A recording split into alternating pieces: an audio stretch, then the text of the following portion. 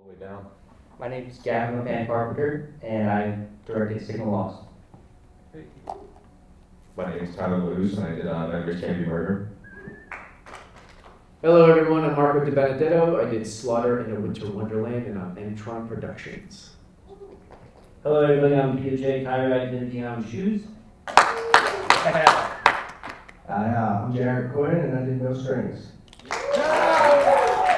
Thanks. So if anybody has questions, just raise your hand and I will happily get the microphone to you. But I do want to open it up with, first of all, how did you guys get into directing the short films that were here? Well, I'll leave this off. Brandon Conley, our front row over here, and Tyler Luce do Tetherball, which 3 of the 6 tonight were Tetherball episodes of a very popular web series. And we worked together on previous movies for them and previous movies for me, and one day they were like, hey, we have an idea if you want to get something out. And I was like, how about a killer puppet?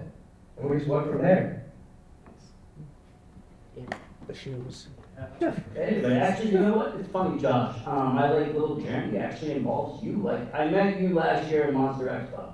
That was my first horror con that I went to. A friend of mine said, go check out the horror cons. I love horror films, but I never went to a con. I went to that con, I hung around, and I learned and met a lot of people that were doing films. And I'm like, well, I can kind of do something like this. Let me see what I can do. And as the months went on, I acquired equipment, got a camera, and decided to play with it. And as you see in that, I did not have a cast. I didn't have a crew. If I had waited for a crew and a cast, it would have never been done. Yep. So I got tripods. I got as much as I could together, and I just put it up there and hope for the best. I've made a few other shorts after that. That was my second short I made. But I also have remastered. I've recolor graded. I've actually shortened it down so the driving scene is a little bit less lengthier. And then I actually put it out an Italian version of it that's fully restored in like a giallo sound effects and like a giallo sounding, and I actually have it dubbed in Italian. Nice. Oh, excuse us. That's awesome. Josh and I have known each other for a long time, since the 90s, and we That's not true, I've never met this man. ever. And we just have a strong passion for horror, just film in general, but Josh and I also have a reoccurring pattern of regularly making on-the-fly films so we can screen them and just keep honing the craft. And eventually I said, let's do a Christmas theme film, and by the reception of it, whether it's positive or negative, I still want to keep making reoccurring Christmas films and just other thematic holiday type films. And that's how this particularly happened. And just knowing great people within Rhode Island, Mass, Connecticut, it's just a strong network that we hope to keep maintained. So that's how that happened. Me and front row Brandon, back in high school, we wanted to make some silly movies about us and our friends. And by the time we graduated high school, we missed it a lot, but also wanted to prove ourselves we could do more serious stuff rather than jokey, comedic, just making fun of our friends. So we did Tetherball, and we did 15 of those short films. Memories was our 12th of the series, and it was a script that we were working on for a long time, so it had to go right. You have to get the dramatic parts right, so then people cared about the horror, and we filmed at Katie's Restaurant in Socket for a few months, just perfecting it and making it right, trying to get that Twilight Zone Goosebumps vibe. And yeah, me and Brandon just been doing it for a while, and now we got Jared and Gavin doing their own stuff too. So Signal Lost was actually a script given to me by Tyler, and it's kind of like a coincidence because I was a fan of it before I had even been working on it, and I love Slenderman, so yeah, felt perfect. Is it the first time that you've screened this? Yeah, and tomorrow I'll be screening at the film festival. Oh yeah, Rhode Island College has a film festival tomorrow, so you guys should definitely attend. I need to rechange the battery on this. Was it, just go all the way down, was it your first time screening as well? Yeah, so the first time we've screened Memories anywhere, so that was really cool. We had a huge premiere, so the big screen was really cool to see. Awesome. Awesome. All right, What was the question? Was it the first time screening this? This is just my question selfishly, because I think we, First time screening this, yes. really? Yes, We didn't we screen? screened a handful of our other films. We did Love Me Not. But not this one, yeah, Not this one. okay. Was the shoes the first public screening of the shoes? Yeah, this was the first public. I did release it to YouTube as a very soft kind of just, it's there, and shared it around with a few people, but no, I never really screened it everywhere. You're, Yeah, no, same. We watched it drunk at a party, and other than that, I was a screening. This is a public screening. So yeah, everybody else. so, round of applause for the first time screening publicly to all of you.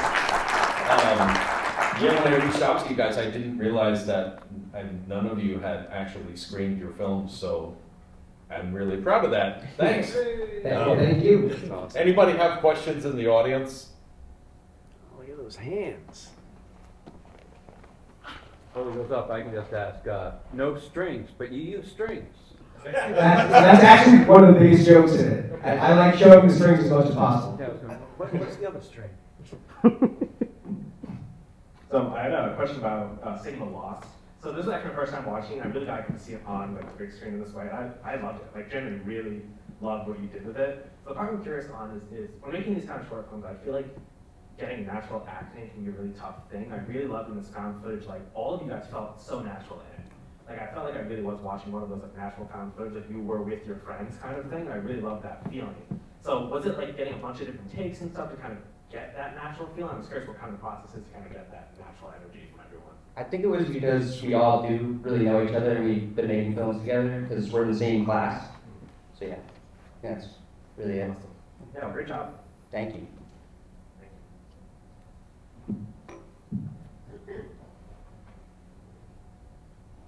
Jared, no strings. Where do you get your inspiration for these movies?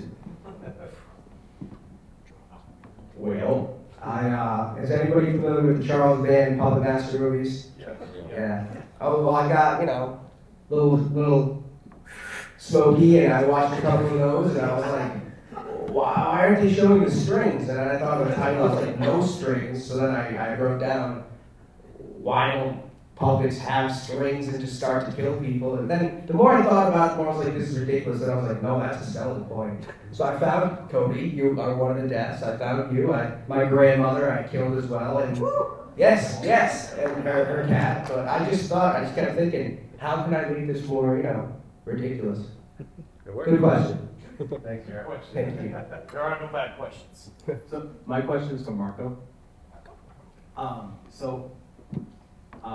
The pizza guy, the costume that he's wearing says Pizza Planet, but he's working for Athens Pizza. Yeah, that's just unfortunate. Are you ever worried that Disney will catch wind of that? Not at all. Send you I- a cease and desist? I have no intentions of making any money from that film, so I just don't care. We're just gonna edit that question out so Disney doesn't see. Thanks, Paul. Somebody had a question. Yes,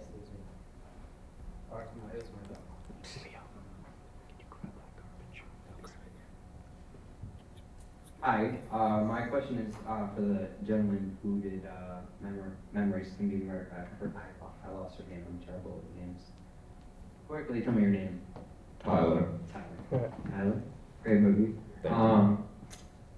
So I'm curious, how does permitting at a place like Kay's go about? How was working with Kay's? So I'm unfortunately very lucky. My grandfather owns Kay's restaurant, so we were extremely lucky. Just when they closed, we kind of go like an hour before closing. Me and Brandon would get there, have some free steak, cheese, and sandwiches, and wait out and close. And just when we film until like 4 in the morning. I have 2 kids at home. They wake up at 5:30 in the morning, so it was a pain in the ass either way. But at least we didn't have to go through loops with insurance and permitting and dealing with people having me chase a dude around for hours on end. The issue with K's though, like the small issues, like some people live above K's, there's like apartments up there. So we couldn't be too loud, because God forbid we wake up some old guys that live above the restaurant. They probably wouldn't like that very much, but no, very lucky. He owns 2 restaurants. We've been lucky to film at both of them. And back in high school, Brandon and I filmed a movie. In like 2017, we filmed that case too. But it was like, we couldn't just film a silly thing. We had to do like a serious thing we could show people and not just have them like laugh along. But thank you for the question. Yeah, no, and then I just wanted to mention one more thing to all of you guys. This is just I create scores. I'm a Berkeley dropout. If any of you would like to have someone to work with music, you can come find me. I'm the guy with the dog. That's some good hustling right there. Anybody else that wants to work in film, now's your chance to get hired for a job. You get steak and cheese.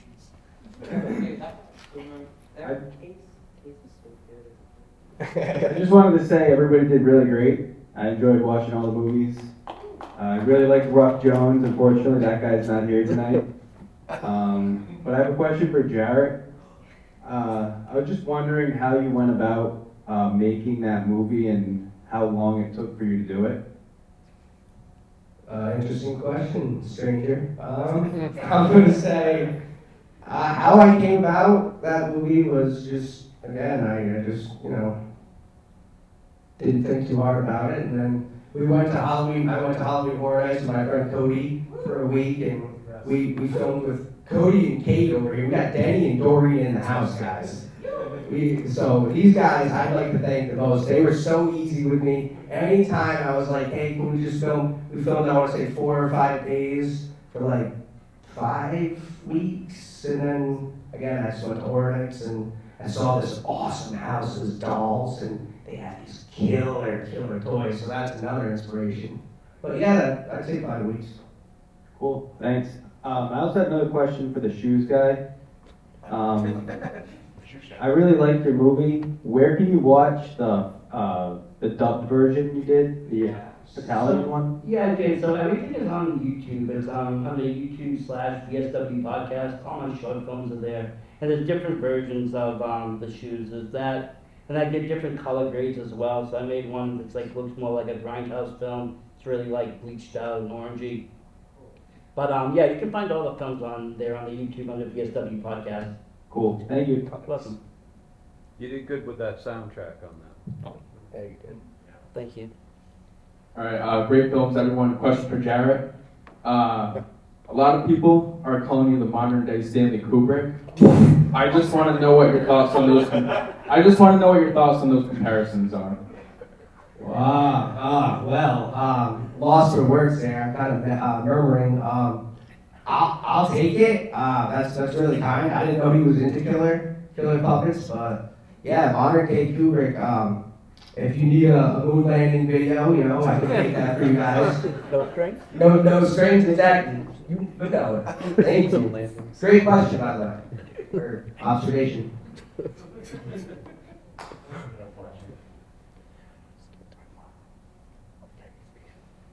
Hi,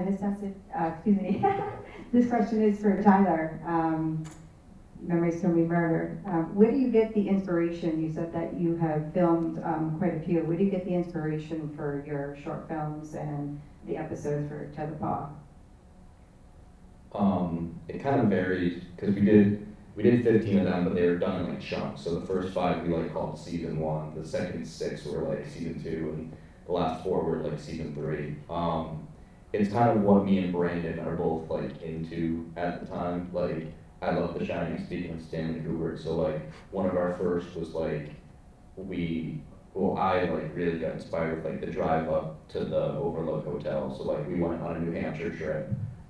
And as a part of that, we like filmed like a very Shining like driving up thing. So it's not like I'm not trying to copy the stuff I like, but it's very much like the stuff that inspired me growing up and the things we can all bond over. It's like how do we emulate that while still making our own stuff? Like Memories Can Be Murder isn't like a lot of stuff that I've seen, but like obviously the design for like the ghost is inspired by The Invisible Man, and that's like our OG Universal horror monster. So like just taking from what you love and kind of spinning your own stories on it, and Memories was different because you want to tell a human story there. You don't want to tell like I've made really like schlocky horror films with Tether Paul before, and like those ones are great, and it's like it's a different taste each time. And Memories was a little bit more of like, all right, we're gonna try to tell a dramatic story that's like disguised as a horror, trick everyone into watching it. But yeah, it's really just what we're vibing with. And then by the time we get to the editing bay after working on it for so long, sometimes we're kind of sick of it. We're like, okay, we can go on to like the werewolf movie that we made. Thank you. And all you guys did a fabulous job. Thank you.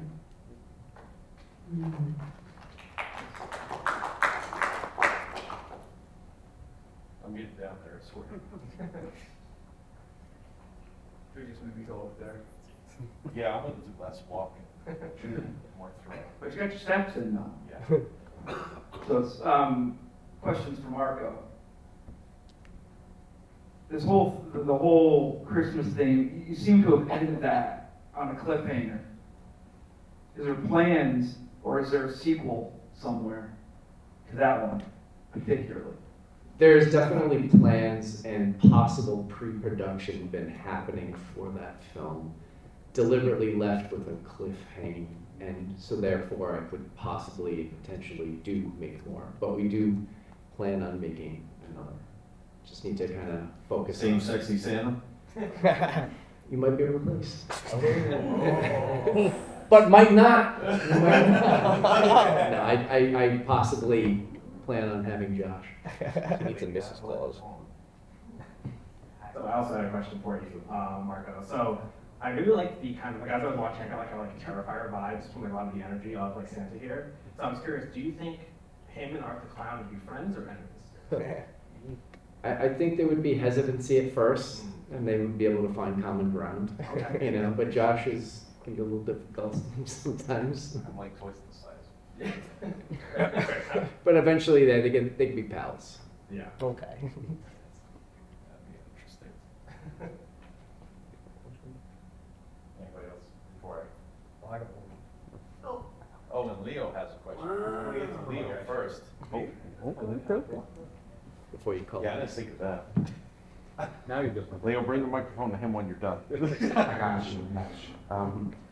This is just a general question I ask at these kind of things, but I'm just curious. What was a surprisingly challenging thing you had to deal with during production? Just something you didn't expect, and it just became a challenge, you know? Should I answer this example, Mike? You can go through all of us. You can go through all of you on that one because I'm interested. Do you want to start here? So you can go. So you said what the challenge was? Like a particularly surprising Working challenge. with Lily. Yeah. There, each production that I do there's always a handful of challenges. Particularly in this, it was people backing out last minute or having to cut their availability time short, and just trying to manipulate whatever we could for each scene. And obviously, the two of you know, Leo is also my second camera person, and Josh occasionally has to hop on as well. But you know, just I'm trying to wrangle as many positions as I can: directing, editing, filming, possibly acting sometimes. So that stuff is my own challenge that I need to kind of disperse and delegate to others. But every film's going to have some kind of challenge. Nothing's going to be flawless. That's just the nature of it. The thing with Memories is obviously like the subject matter, like domestic violence on screen, and like writing it, I wasn't really consciously thinking about asking a female actress to kind of give herself to that. And we talked to two actresses before we came across Molly, who's the actress that we ended up filming with. And it's just a tough conversation because sometimes people aren't comfortable. You need to sell the good parts of the relationship before, but also the bad parts that come later. And it was kind of tough to really find the right fit for that, which you're not really thinking just writing the story, but finding the right people to kind of make that come across. And Jason and Molly with each other, like they had to really understand each other to like obviously face strangle her in like an intimate kind of environment, and like obviously kissing is a totally other thing, but yeah, just finding the right pick and getting them there and really just trying to balance. We were in the editing bay and it was like do we stay on the choke game for this amount of time? I feel kind of uncomfortable, but that's kind of the point in a weird way. But yeah, just kind of finding that comfortable spot, making sure everyone's good with it, because it was like the most serious thing we kind of tried to do. Kudos to you, by the way, because there were people in the back yelling and they walked out. Yeah, So I did see that. Did not expect that for your film. Yeah, I don't know. Seriously? I thought they had to go to the bathroom. They keyed a little bit. Yeah, they were pretty mad at the abuse. Yeah. And I did give a warning at the beginning. I did. They We were adults. got him to walk out. Wow. Yeah. And there was a rectal I did give a warning, right? I don't know, man. The horror films, and I said if you cry over the wall, and that's where they went. They haven't come back. So. Well, it's good they left before the last one. Yeah.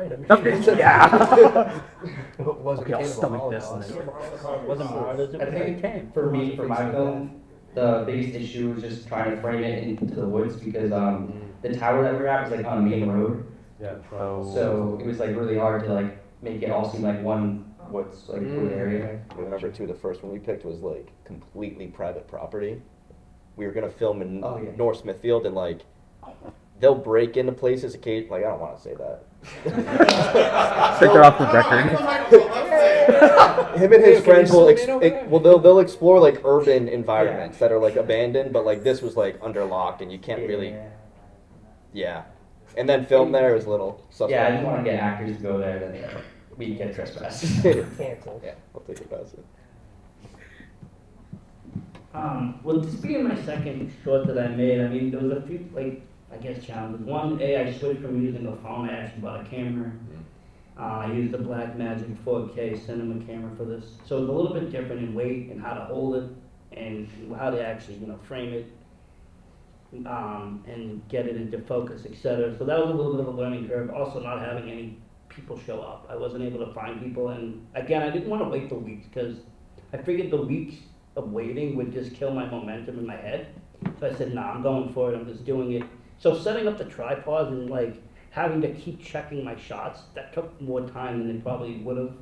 But I had to keep making sure I did it right. I didn't want to do all these scenes and then go back home later in the night and be like, I gotta go drag all my clothes out and do this again. I didn't do it. But you did it. So I kept just making sure I checked. So everything took about 3 extra hours every day. But it was about a 2-week done all together in 2 weeks. Oh, that's awesome. The puppet.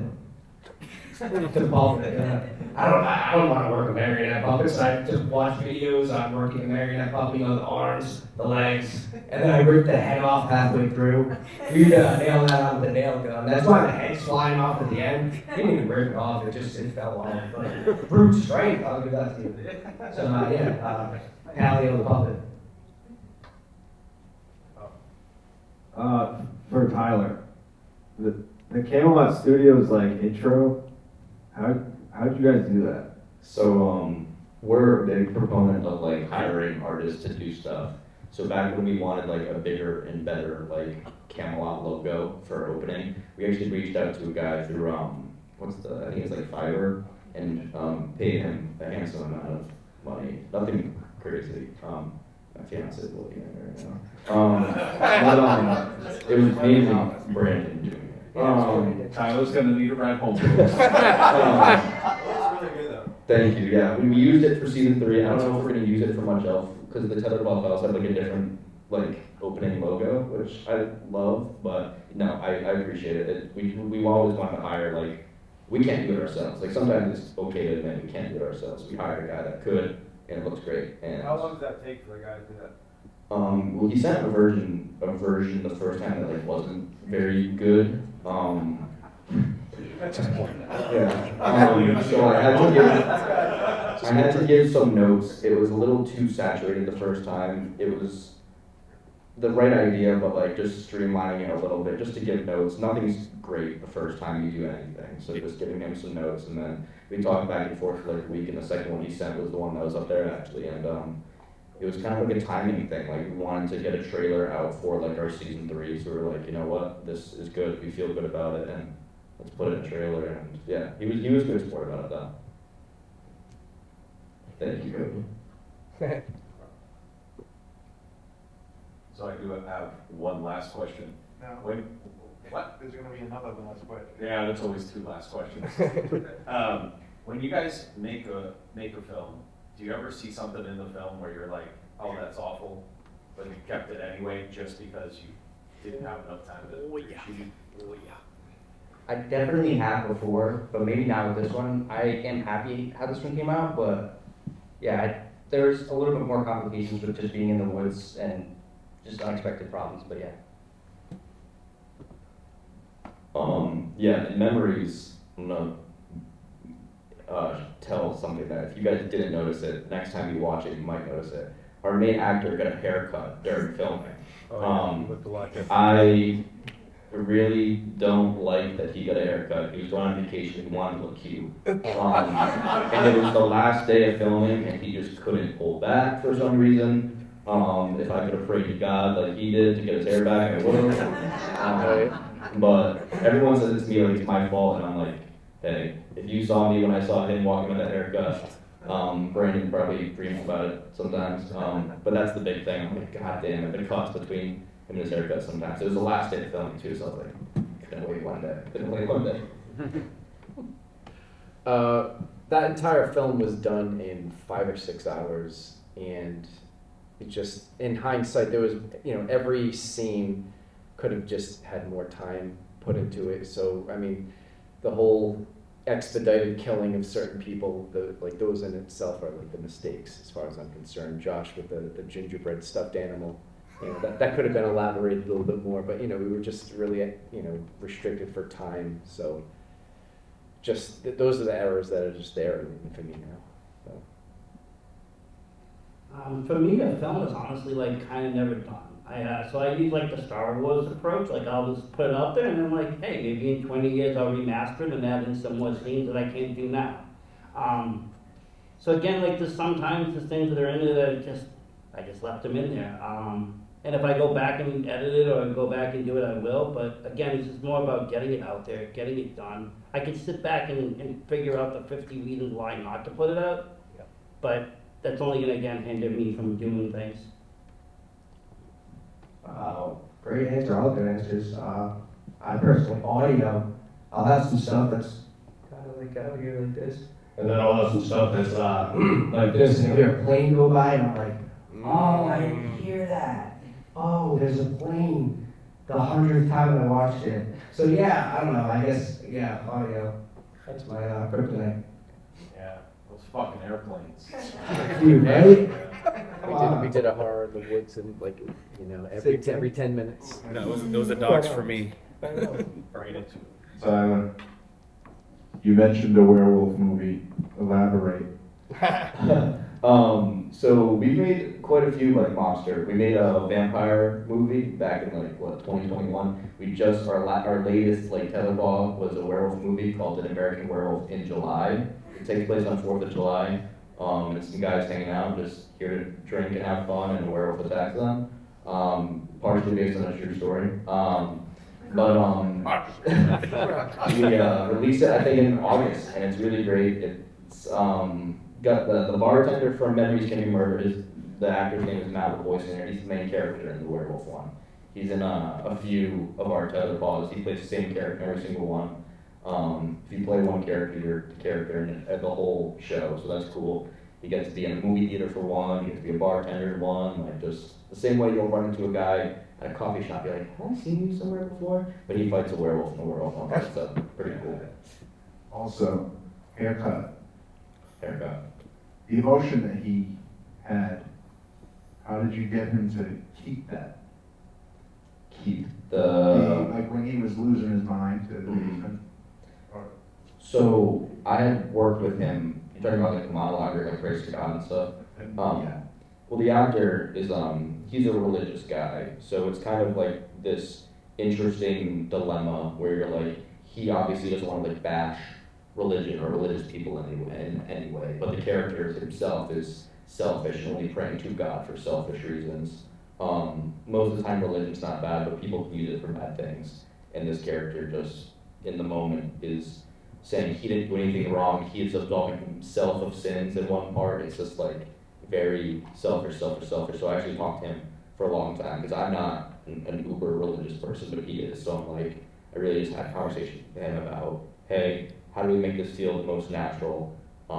Monologues that go on for too long suck sometimes, and I'm guilty of doing that a lot. But just making it feel like you stumble over your words, you're trying to like make this happen, and he really sells, like, you see the veins coming out of his head and stuff. But no, he killed that. We worked on that. We were getting rid of some of my kids' clothes, so to like help his knees, we put the bag of clothes on the ground before I brought them to Savers, like the next day, because his knees were killing him. But yeah, he was on that floor for a while, and there was a point where like he had to walk away and like regroup and try again, because it just wasn't working at first. But just, I don't even know, Brandon might know, because when I'm in it, it's hard for me to keep track. But it's a long process, but he really worked on it, and I'm very satisfied with the final product, especially with his acting. Yeah.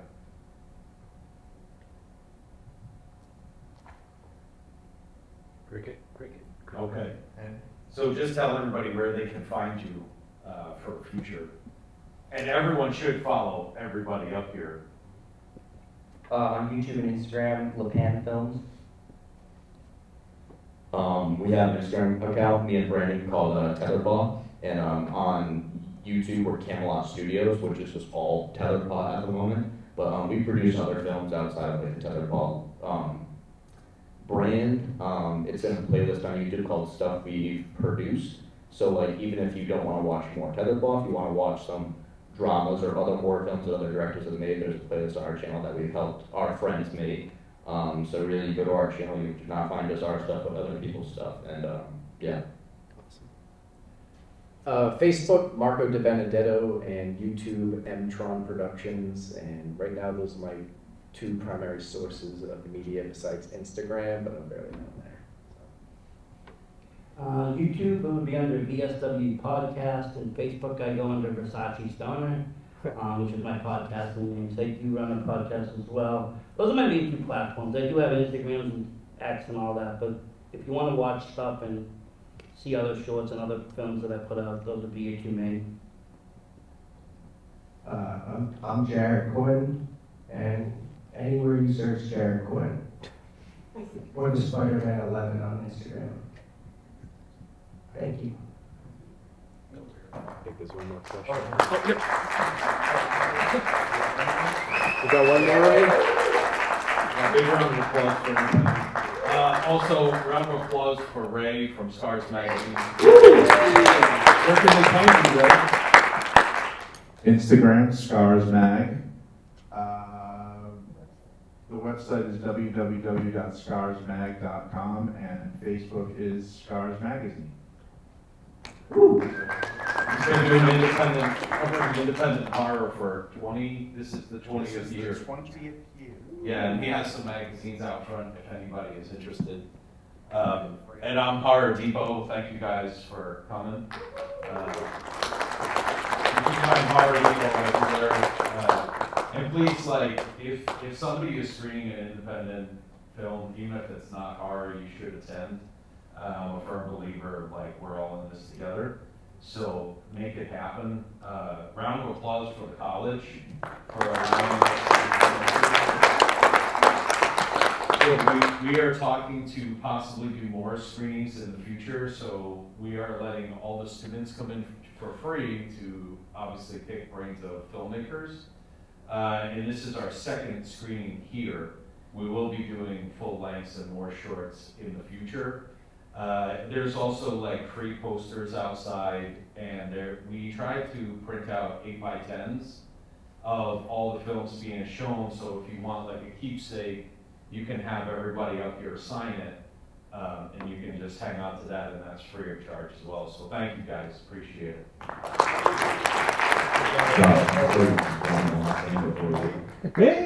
A lot of the time when I make these things, the pressure and the lights all on me, but I just really want to thank Brandon sitting over there, because I wouldn't be able to do any of it without him. Filming, editing, sound, all this stuff. I want to thank my fiance too for allowing me to have this wonderful hobby and getting out of the house to be able to do this. She said you were walking home. That's why That's why he did the thank you. Another round of applause for the directors.